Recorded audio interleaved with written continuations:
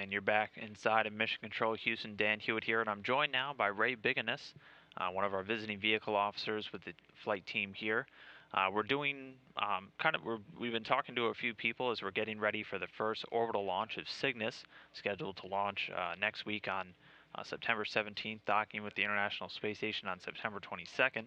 Now, Ray, you're a visiting vehicle officer. Real quick, what is that? What is your role here in Mission Control?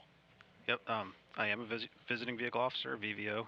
We're a space station flight controller that's responsible for the dynamic flight of any visiting vehicle coming up to the space station. So we look at Cygnus, which is coming up next week, the SpaceX Dragon vehicle, JAXA's HTV, ESA's ATV, and all the Russian vehicles.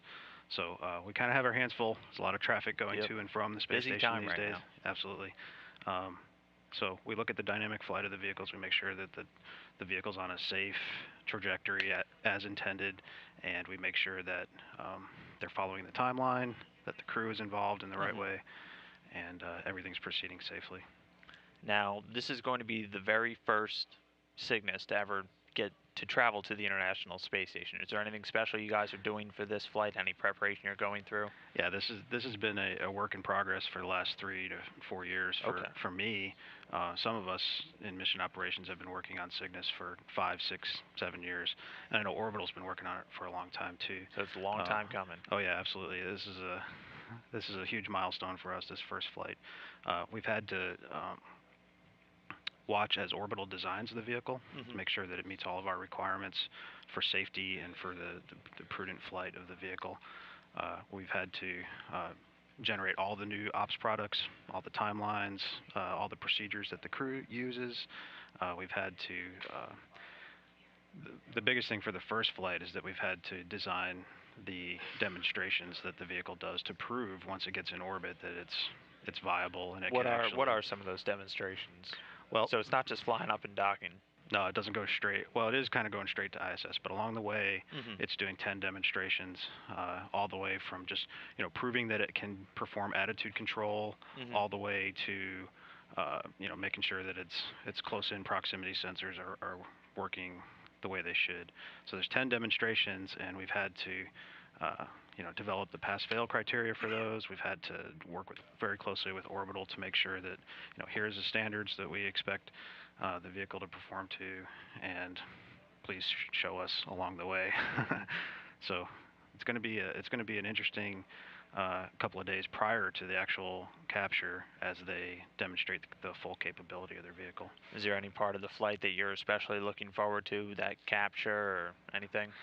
The last 200 meters is really where we retrain for the most dynamic part of the flight. We're pulling up, Cygnus is pulling up right underneath ISS.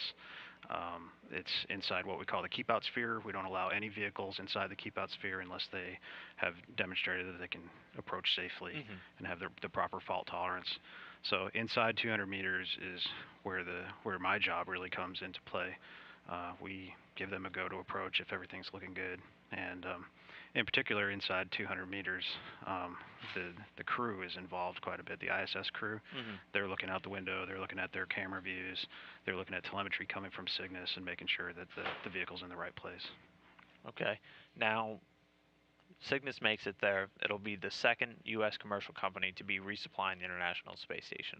What are some of the differences between, from your position, monitoring these vehicles compared to these commercial vehicles compared to, say, the international partner resupply ships like an HTV or an ATV or a Progress? Yeah, that's a really good question. First and foremost, it's different people from different countries. The two American commercial vehicles are, of course, in America, but they're two completely different companies that have different ways of doing things, different personnel, completely different procedures sometimes. So in dealing with more than one at a time, sometimes it's hard to keep track of the little subtle nuances of this one versus the other ones.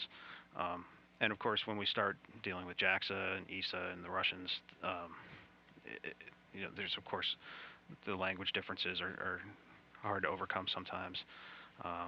The vehicles are all completely different, so we have to keep track of the design of one versus the design of the other, and then at the end of the day, we have to tell the crew how each vehicle is different, because they may have just grappled a HTV4 last month, and now they've got a Cygnus coming up. We don't want them thinking that they're the same, because they're completely different vehicles. Okay, well, yeah, like you're saying, a lot of preparation work goes into not only for the astronauts but the teams down here on the ground getting ready for these vehicles. Cygnus, a fairly historical milestone, will be the second commercial provider to come online resupplying the International Space Station. Right here will be our visiting vehicle officer inside Mission Control Houston during that very historic moment for the station and human space flight in general. Ray, thanks so much for joining me here today, giving us a little insight into the inner workings of the team behind the upcoming demonstration. Really appreciate it. Thanks for having me. Go Cygnus. That's all right.